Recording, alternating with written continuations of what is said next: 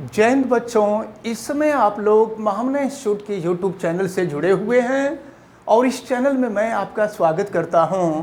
आज आप लोग क्लास 10th गणित हिंदी माध्यम एनसीईआरटी बुक के अध्याय 4 द्विघात समीकरण यानी क्वाड्रेटिक इक्वेशंस के प्रश्नावली 4.3 के क्वेश्चन नंबर 8 को देखने जा रहे हैं। ये क्वेश्चन नंबर 8 हुआ, 9 हुआ, 10 हुआ, ये सब बहुत ही इम्पोर्टेंट क्वेश्चन है। ये सब बोर्ड के एग्जाम में आपसे पूछे गए हैं।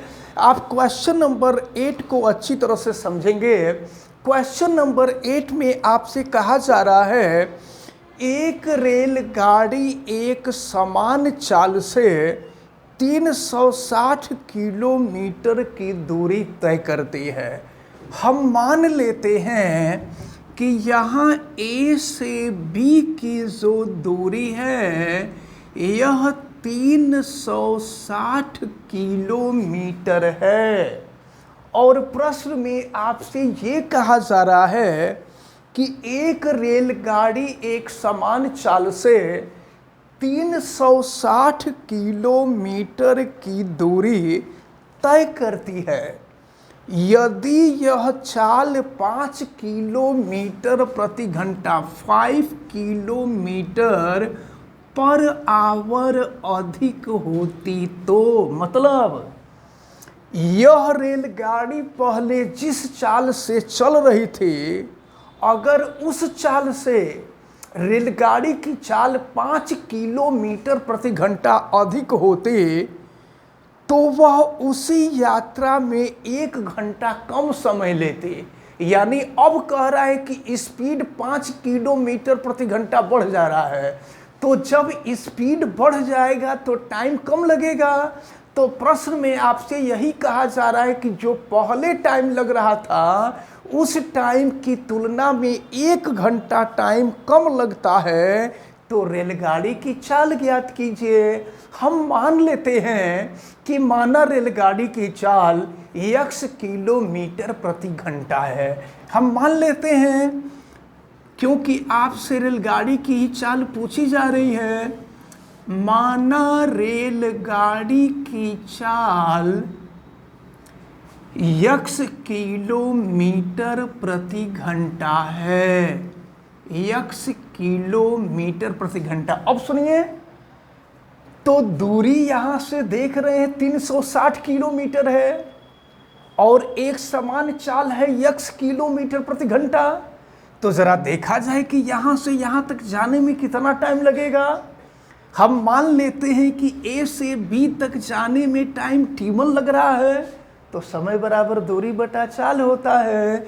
दूरी यहाँ से यहाँ तक 360 है और चाल हो जाएगा, चाल जो हमने माना है वो x माना है, तो इतना घंटा हो जाएगा। अतः रेलगाड़ी के द्वारा 360 किलोमीटर की दूरी तय करने में लगा हुआ समय, तो नोट कर लेंगे, अतः रेलगाड़ी द्वारा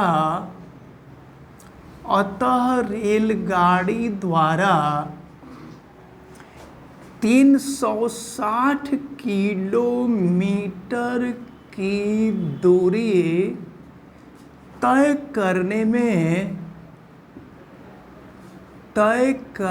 में लगा समय, तय करने में लगा समय बराबर, इस समय को अगर हम t1 मान लेते हैं तो t1 बराबर दूरी है 360 किलोमीटर प्रति घंटा और चाल है x, तो ये जो टाइम लगेगा ये घंटे में लगेगा। अब ध्यान से देखें, अब स्पीड कहा जा रहा है कि स्पीड 5 किलोमीटर प्रति घंटा बढ़ जाती है। जरा ध्यान दीजिएगा, पहले स्पीड जो थी x किलोमीटर प्रति घंटा थे, अब स्पीड 5 किलोमीटर प्रति घंटा बढ़ गई, तो अब स्पीड कितनी हो गई, x + 5 किलोमीटर प्रति घंटा हो गई। तो अब देखा जाएगा उसी दूरी को तय करने में कितना समय लगता है जब रेलगाड़ी की स्पीड बढ़ जाती है। तो अब हम लोग देखेंगे कि पुनः चाल x प्लस 5 किलोमीटर प्रति घंटा से उसी दूरी को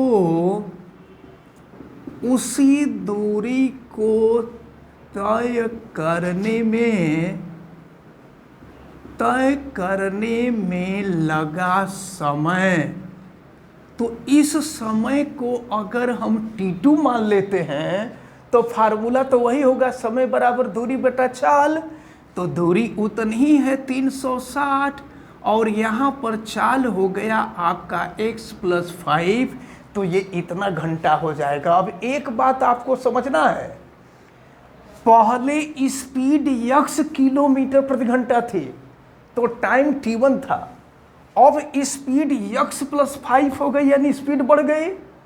तो जब स्पीड बढ़ जाएगी तो टाइम कम लगेगा, स्पीड कम होगी तो टाइम ज़्यादा लगेगा।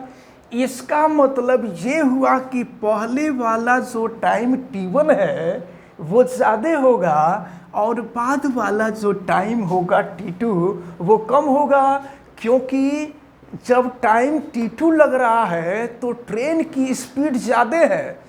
पहले ट्रेन की स्पीड x किलोमीटर प्रति घंटा थी, अब ट्रेन की स्पीड 5 किलोमीटर प्रति घंटा बढ़ गई है, यानी x प्लस 5 किलोमीटर प्रति घंटा हो गई है।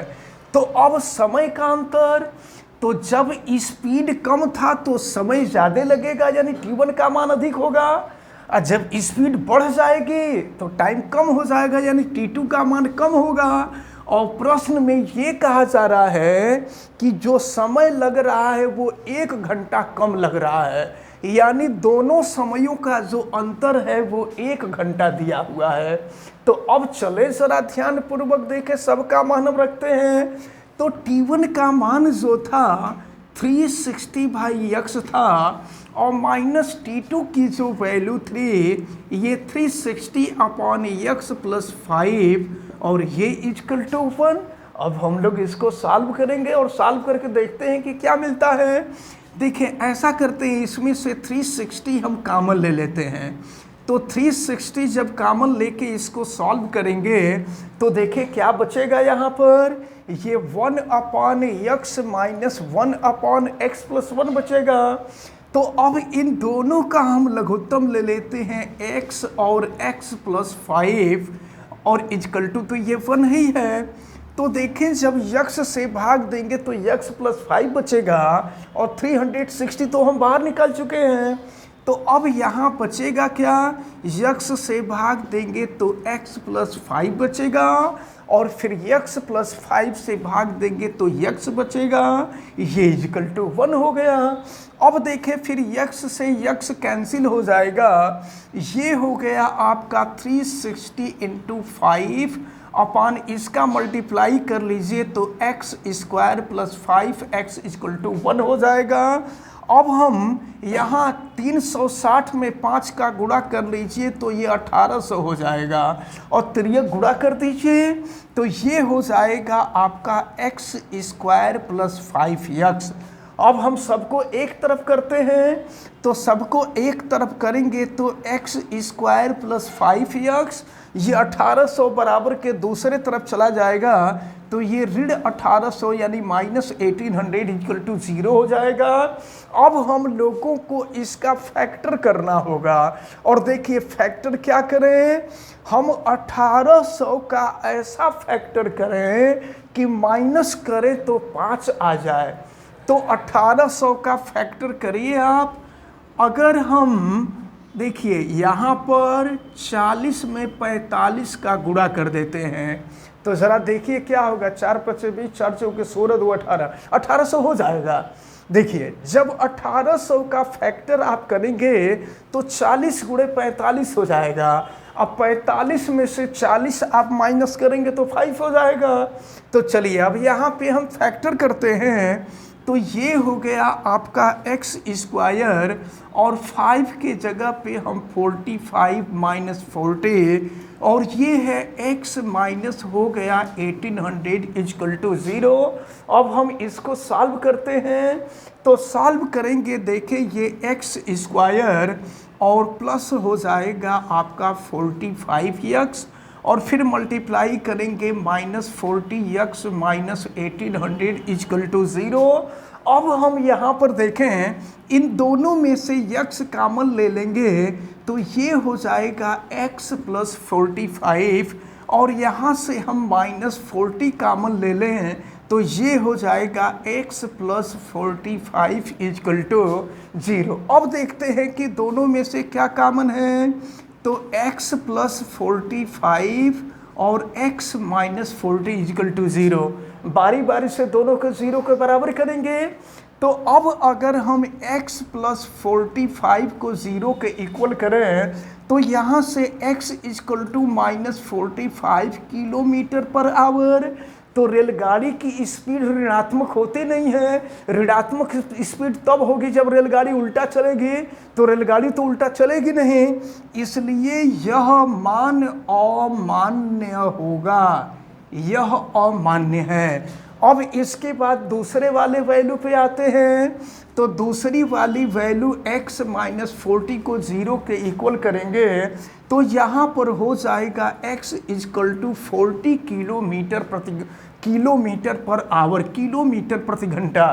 तो आपसे यही पूछा जा रहा था कि रेलगाड़ी किस चाल से चल रही थी, तो यहाँ पर हमने x का मान, और हमने माना था कि माना रेलगाड़ी की चाल x किलोमीटर प्रति घंटा है, और हमने x का मान निकाल लिया 40 किलोमीटर प्रति घंटा। इसका मतलब ये हुआ कि रेलगाड़ी 40 किलोमीटर प्रति घंटा के चाल से चल रही थी। यही आपका आंसर होगा। तो इस प्रकार क्वेश्चन नंबर 8 सॉल्व होता है। तो इस प्रकार हमें उम्मीद है कि ये जो आज आपको क्वेश्चन नंबर 8 बताया गया है, ये क्वेश्चन नंबर 8 आप सभी लोगों को समझ में आया होगा। आप वीडियो को लाइक ज़रूर कीजिएगा, और अगर आप चैनल पे नए हैं तो चैनल को सब्सक्राइब भी कीजिएगा। चैनल सब्सक्राइब करने के लिए यूट्यूब पे महामना इंस्टीट्यूट सर्च कीजिए, और फिर रेड कलर के सब्सक्राइब वाले बटन को क्लिक कर दीजिए तो चैनल सब्सक्राइब हो जाएगा। वीडियो को मैक्सिमम स्टूडेंट तक शेयर करें ताकि मैक्सिमम स्टूडेंट इस इम्पॉर्टेंट टर्म को अच्छी तरह से समझ सकें। अगर आपको किसी प्रकार की कोई दिक्कत समझ में आती है तो आप हमें कमेंट करके बतावें। बेल आइकन को भी प्रेस करें ताकि प्रतिदिन पढ़ने वाली वीडियो की सूचना आपको मिलती रहे। आप सभी लोगों का बहुत बहुत धन्यवाद। जय हिंद।